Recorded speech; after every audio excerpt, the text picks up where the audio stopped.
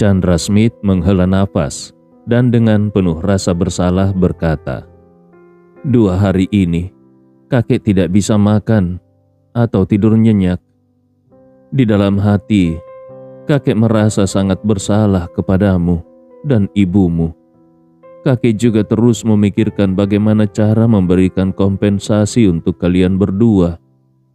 Kebetulan, hari ini kepala pelayan Anwar berbicara dengan kakek tentang Maladewa. Jadi kakek berpikir untuk memberikan pulau yang dimiliki keluarga Smith di Maladewa kepada kalian.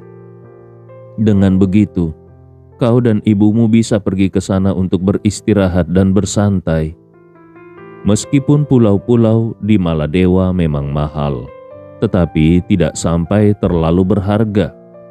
Pulau yang dikembangkan keluarga Smith itu dibeli dari pemerintah Maladewa dengan hak penggunaan selama 100 tahun, hanya menghabiskan puluhan juta dolar.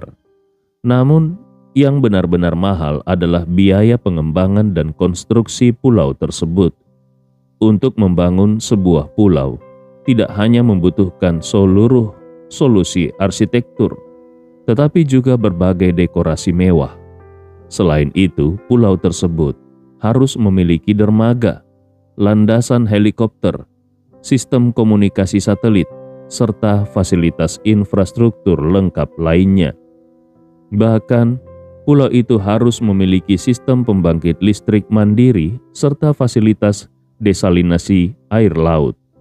Atau karena itulah yang membuat pikirannya saat ini untuk melepaskan Maladewa. Untuk membangun semuanya itu, keluarga Smith sudah menginvestasikan hampir 3 miliar dolar. Awalnya Chandra Smith berencana menggunakan pulau itu sebagai tempat tinggalnya di masa tua, sehingga dia tidak ragu untuk mengeluarkan biaya besar. Kalau benar-benar harus memberikannya kepada Ziva, tentu saja dia sangat tidak rela. Namun dia sengaja mengatakannya secara lisan dengan tujuan untuk mendapatkan kesan baik dari cucunya. Berdasarkan pemahamannya terhadap Ziva, dia merasa kalau cucunya itu juga tidak mungkin benar-benar menginginkan pulau tersebut karena beberapa alasan. Pertama, Ziva saat ini sepenuhnya fokus pada bisnis transportasi laut. Membiarkannya pergi ke Maladewa pasti tidak akan menarik minatnya. Kedua, ibu Ziva yaitu Hana saat ini pasti masih sangat membencinya. Kalau Hana diminta untuk berlibur dan bersantai di pulau miliknya, Hana juga pasti tidak akan mau. Dan benar saja, begitu mendengar kata-kata kakeknya, Ziva langsung mengernyitkan keningnya.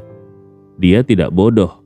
Dia tahu bahwa setidaknya 90% dari ucapan kakeknya hanyalah kepura-puraan. Pulau di Maladewa itu tidak ada artinya bagi dirinya. Saat Ziva hendak menolak, dia melihat Andi Rewa memberikan isyarat mata kepadanya yang menyuruhnya untuk menerimanya. Maka setelah ragu sejenak dia pun berkata, "Terima kasih banyak kakek. Nanti tolong minta kepala pelayan Anwar membawa dokumen kepemilikan pulau itu ke sini. Setelah kepemilikannya dipindahkan atas namaku, aku akan mencari waktu untuk membawa ibu bersantai di sana." Mendengar ini, Chandra Smith langsung merasakan sakit hati yang luar biasa. Di dalam hatinya dia berpikir, "Aku hanya basa-basi. Kenapa kau malah menerimanya sungguhan? Kau masih muda, untuk apa memiliki sebuah pulau tempat pensiun?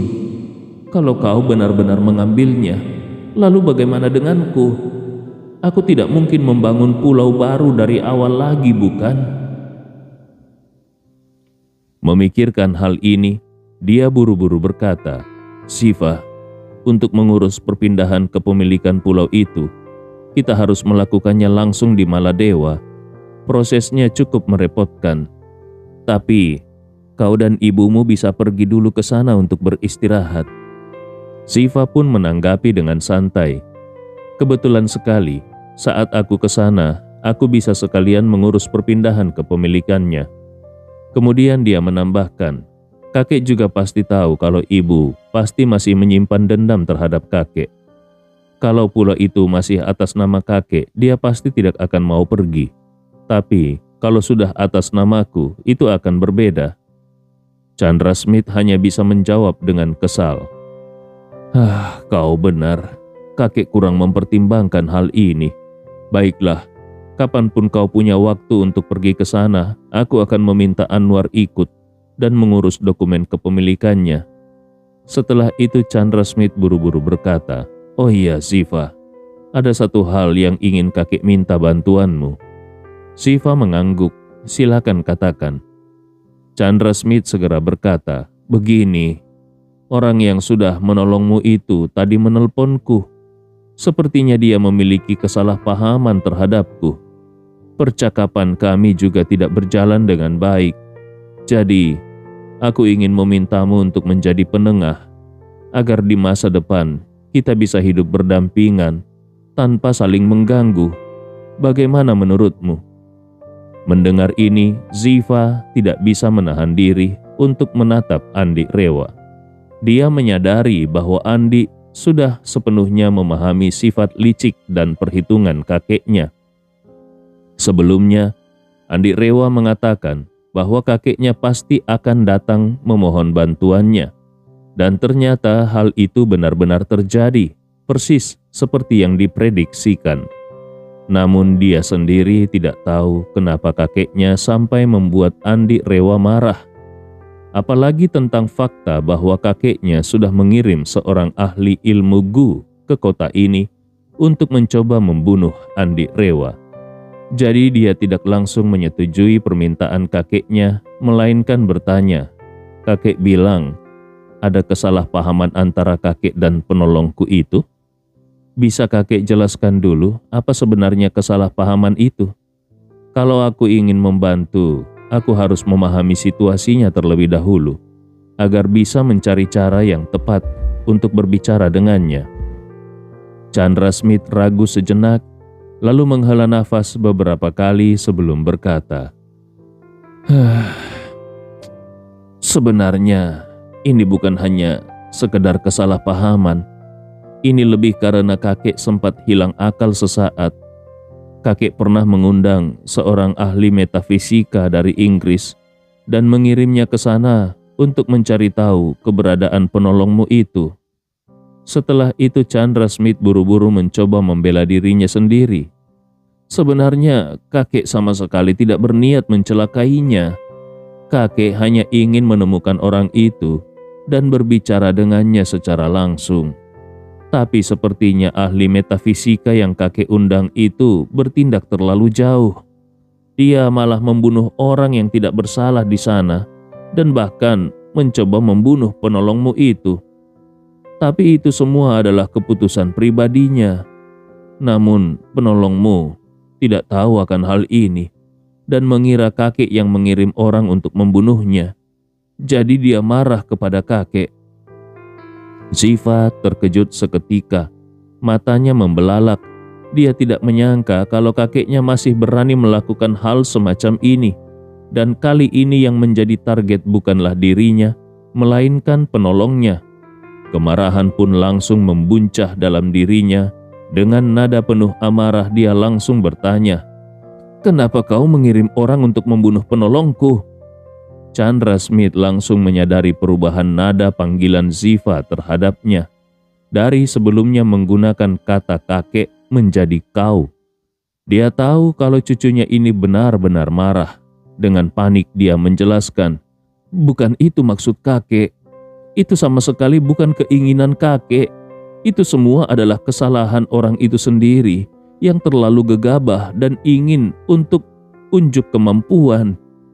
Ziva langsung membalas, "Kau pikir aku akan percaya omong kosong itu? Kau bahkan tega mencelakai ibuku sendiri, apalagi hanya penolongku." Chandra Smith tahu bahwa berusaha membela diri pun tidak akan ada gunanya.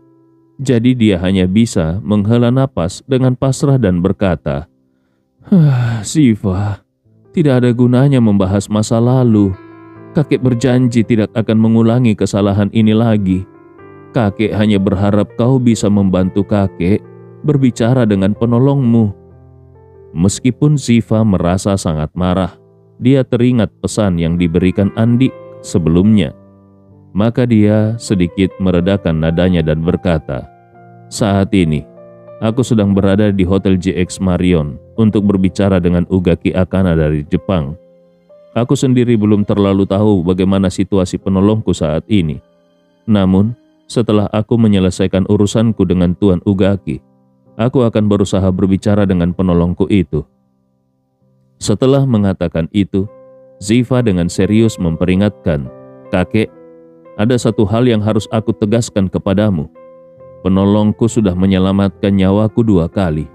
Dia juga sudah menyelamatkan ibuku dan kakakku. Bagiku, dia adalah penyelamat yang luar biasa.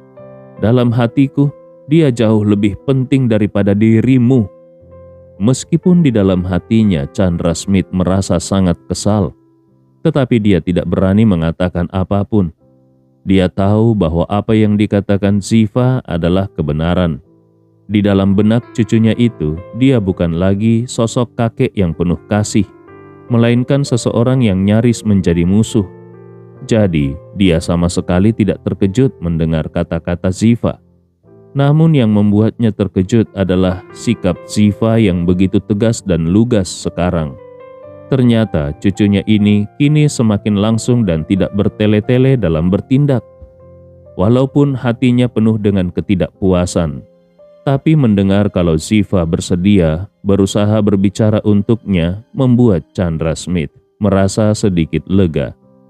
Setelah mencapai tujuannya, Chandra Smith tidak ingin berlarut-larut dalam pembahasan ini. Dia langsung mengalihkan topik dan bertanya, "Ngomong-ngomong Ziva, bagaimana pembicaraanmu dengan Tuan Ugaki Akana? Orang itu sebelumnya sangat ingin bekerja sama dengan kita dan ingin bersama-sama menembus pasar global. Tapi sejak insiden di Tokyo, sepertinya dia mulai meremehkan kita."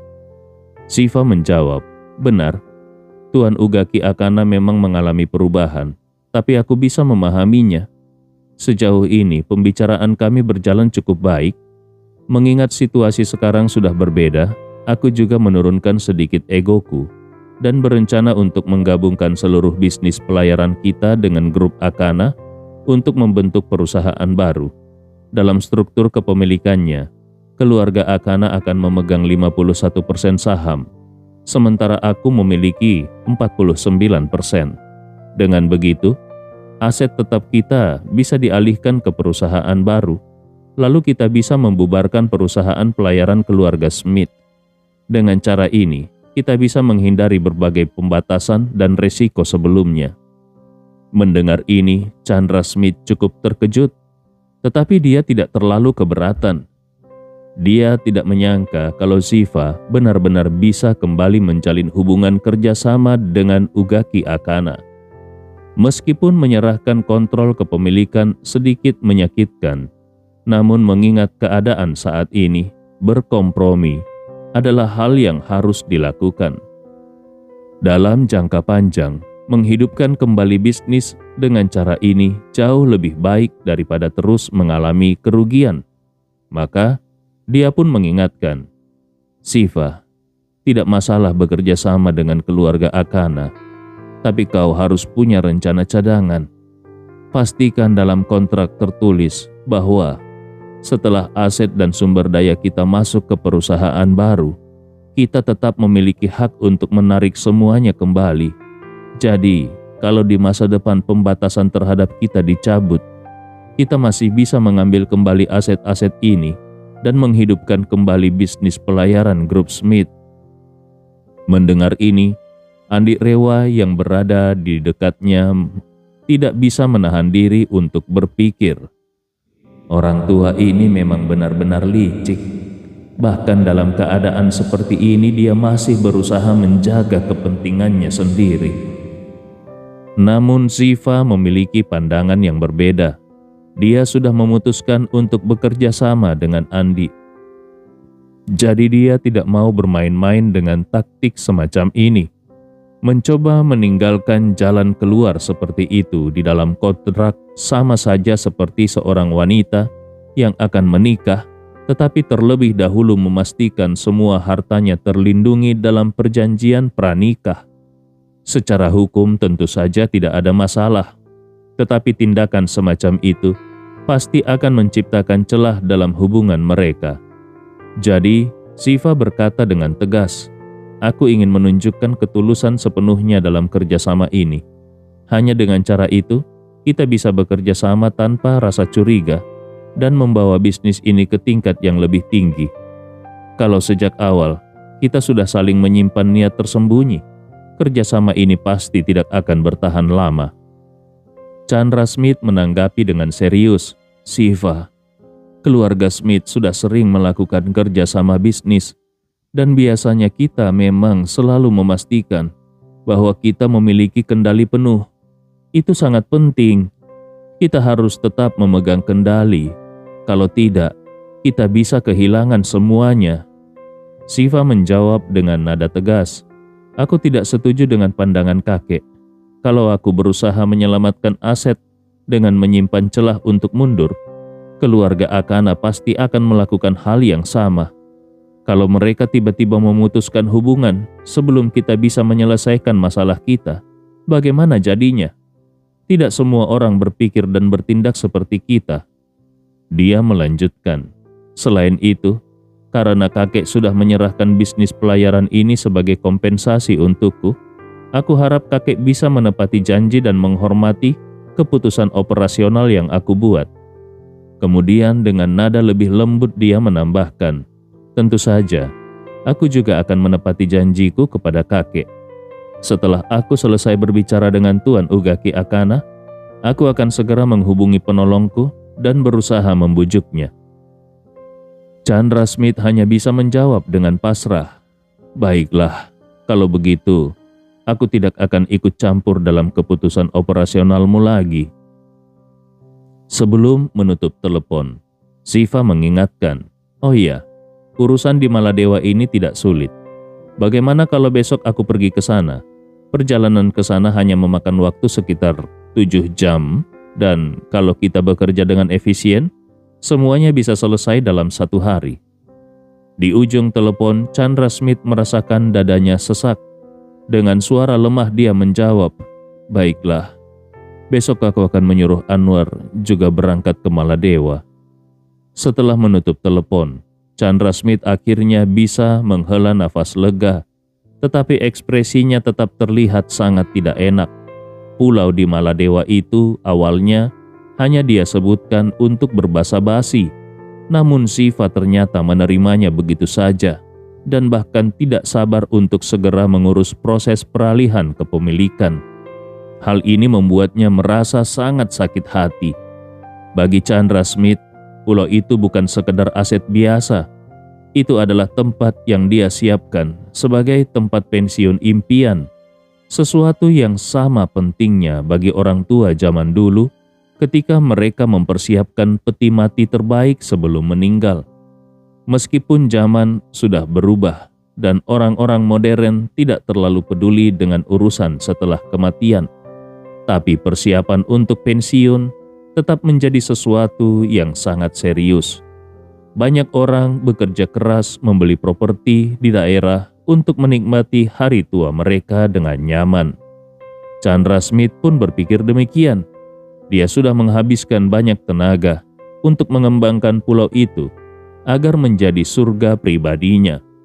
Namun kini, sebelum dia sempat menikmati hasilnya, pulau itu sudah harus diserahkan kepada Siva. Meski merasa sangat kehilangan, tapi dia sedikit terhibur dengan harapan bahwa Siva mungkin bisa membantunya berbicara dengan Andi agar dia tidak perlu lagi hidup dalam pelarian. Sementara itu, di sisi lain, Siva tidak merasa antusias sedikit pun setelah mendapatkan pulau itu. Baginya, ini hanyalah cara untuk membuat Chandra Smith merasa sakit hati. Setelah pulau itu resmi menjadi miliknya, dia tidak tertarik untuk menikmatinya. Terlebih lagi, dia tahu kalau ibunya juga tidak akan mau ke sana. Ibunya tidak terlalu tertarik dengan kemewahan. Saat ini, satu-satunya hal yang benar-benar diinginkan ibunya adalah merenovasi rumah lama tempat Sandi Rewa pernah tinggal, lalu menetap di sana untuk mengenang masa lalu. Karena itu, Ziva berkata kepada Andi, "Tuan Andi, pulau di Maladewa itu adalah proyek yang kakekku bangun dengan penuh perhatian. Lingkungannya sangat indah, tetapi aku dan ibuku tidak begitu tertarik. Kalau kau tidak keberatan, aku ingin menghadiahkannya kepadamu." Andi Rewa tertawa kecil dan melambaikan tangannya. "Kalau kau tidak tertarik, aku juga tidak. Bagiku, tidak ada perbedaan besar antara tinggal di satu tempat atau tempat lainnya." Ziva mencoba membujuk, "Tapi kalau kau ada waktu, kau bisa membawa istri dan keluargamu untuk bersantai di sana. Kalau tidak, pulau itu juga hanya akan terbengkalai." Andi Rewa tersenyum, "Terima kasih atas niat baikmu. Tapi soal pergi atau tidak, kita lihat saja nanti." Ziva mengangguk dan berkata, "Baiklah, besok aku akan ke Maladewa untuk menyelesaikan proses peralihan kepemilikan. Setelah itu, kita bisa mulai membahas pembentukan perusahaan patungan." Andi Rewa mengangguk, "Bagus, tapi tidak perlu terburu-buru. Masih banyak pekerjaan persiapan yang harus dilakukan. Nanti, aku akan meminta orang yang bertanggung jawab di timku untuk menghubungimu. Kalian bisa bekerja sama dalam mengelola bisnis ini." Ziva berkata dengan penuh semangat, "Baik, aku akan mengikuti semua arahanmu." Setelah berbicara dengan Ziva, Andi Rewa meminta Emilia untuk mengantar Ziva keluar dari Hotel JX Marion. Sementara itu, Andi sendiri pergi ke kantornya bersama dengan Ibnu Komar.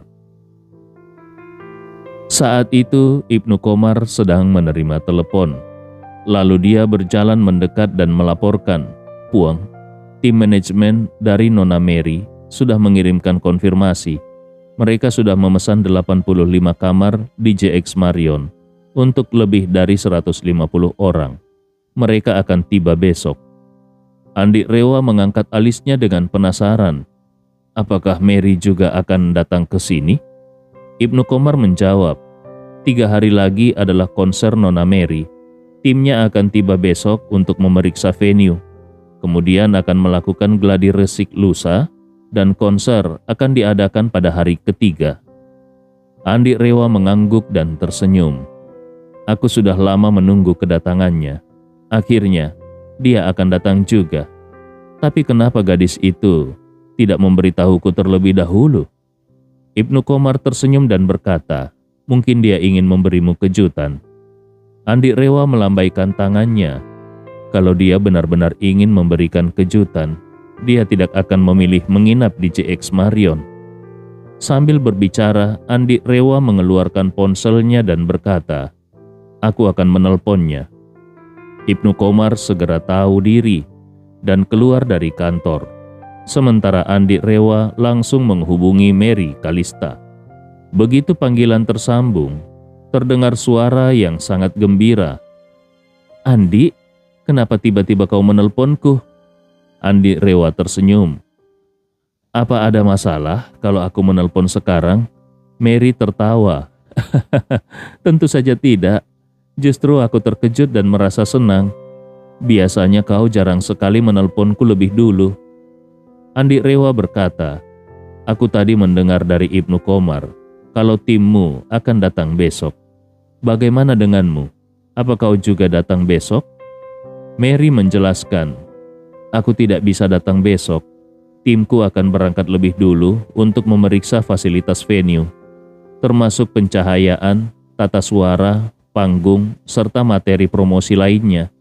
Latihan gladi bersih baru dimulai lusa. Jadi aku akan terbang ke sana hari berikutnya." Andi Rewa sedikit kecewa. Kupikir kau juga akan datang besok." Mary berkata dengan nada meminta maaf. "Aku belum bisa berangkat besok. Aku masih harus menghadiri rekaman final acara pencarian bakat yang sangat populer di Jakarta sebagai tamu kehormatan sekaligus juri. Itu sudah dijadwalkan jauh-jauh hari. Jadi mau tidak mau, aku tidak bisa ke Makassar besok. Andi Rewa memahami kesibukannya dan berkata, tidak apa-apa, pekerjaan tetap yang utama. Tapi jangan sampai terlalu lelah, jaga kesehatanmu. Mary tersenyum manis, jangan khawatir. Oh iya, aku punya satu rahasia kecil untukmu. Setelah tur konser ini selesai, aku akan mundur dari dunia hiburan untuk waktu yang tidak ditentukan. Andi Rewa terkejut. Kenapa begitu? Bukankah karirmu sedang berjalan dengan sangat baik? Mary menjawab dengan nada serius. Karena aku sudah tidak tertarik lagi. Aku masuk dunia hiburan hanya untuk mencari kesempatan bertemu denganmu. Sekarang aku sudah menemukanmu, jadi tidak ada alasan bagiku untuk tetap bertahan di industri ini. Kalau bukan karena banyak penggemar menantikan tur konser tahun ini, aku sudah ingin mengumumkan pengunduran diriku sejak lama. Jadi, aku akan menyelesaikan konser ini dengan sebaik mungkin sebagai bentuk tanggung jawab kepada mereka. Andi Rewa tersenyum lembut. Apapun keputusanmu, aku akan selalu mendukungmu. Mary buru-buru mengingatkan, tapi jangan bocorkan soal rencanaku keluar dari dunia hiburan ya. Aku ingin mengumumkan secara langsung di konser nanti. Andi Rewa tertawa kecil. Tentu saja, aku tidak akan memberitahu siapapun. Mary berkata dengan bersemangat, aku benar-benar sudah menyiapkan konser ini dengan sepenuh hati. Kau jangan sampai tidak datang ya. Andi Rewa meyakinkannya, tenang saja. Meskipun langit runtuh, aku tetap akan datang. Mary semakin senang dan berkata dengan nada manja, bagus, aku harap dalam urusan perjodohan kita, pendirianmu juga bisa sekuat ini. Andi Rewa langsung merasa canggung dan buru-buru mengalihkan topik. Bagaimana kabar paman dan bibi belakangan ini? Mary tertawa. Mereka baik-baik saja, bahkan luar biasa. Mereka juga ingin datang ke Makassar untuk melihat konserku, sekaligus mengunjungimu. Andi Rewa tidak menyangka kalau Aldi Gunawan dan istrinya juga akan datang ke Makassar. Mendengar hal itu, dia segera bertanya, kapan rencana perjalanan paman dan bibi? Apa perlu aku menyiapkan akomodasi lebih awal? Mary tertawa kecil. Ayah dan ibu mungkin baru bisa datang di hari konser. Mereka sangat sibuk di Jakarta. Setelah konser selesai, mereka juga akan langsung kembali dengan penerbangan malam. Kemudian dia melanjutkan, sebenarnya mereka bukan datang hanya untuk menonton konserku. Bagaimanapun juga, konserku berikutnya akan diadakan di Jakarta. Alasan utama mereka adalah untuk bertemu denganmu dan merayakan ulang tahunmu. Andi Rewa merasa terharu sekaligus sedikit malu. Seharusnya aku tidak merepotkan paman dan bibi datang jauh-jauh hanya untuk ulang tahunku. Mary tertawa ringan. Tidak masalah. Ayah dan ibu sudah menganggapmu seperti anak mereka sendiri. Apalagi kau pernah menyelamatkan nyawa ayah dan mengubah nasib seluruh keluargaku. Dengan jasa sebesar itu, bahkan kalaupun kau berada di Amerika, mereka pasti akan tetap datang untuk merayakan ulang tahunmu. Lalu dia menambahkan, Andi, kau masih ingat tidak? Dulu, setiap kali ulang tahunmu atau ulang tahunku, kedua keluarga kita selalu menyempatkan waktu untuk merayakannya bersama. Karena makan malam harus bersama keluarga besar, kita selalu keluar makan siang hanya berempat bersama orang tua kita. Andi Rewa tersenyum hangat. Tentu saja aku ingat. Setiap kali ulang tahunku, kau selalu menyanyikan lagu selamat ulang tahun untukku.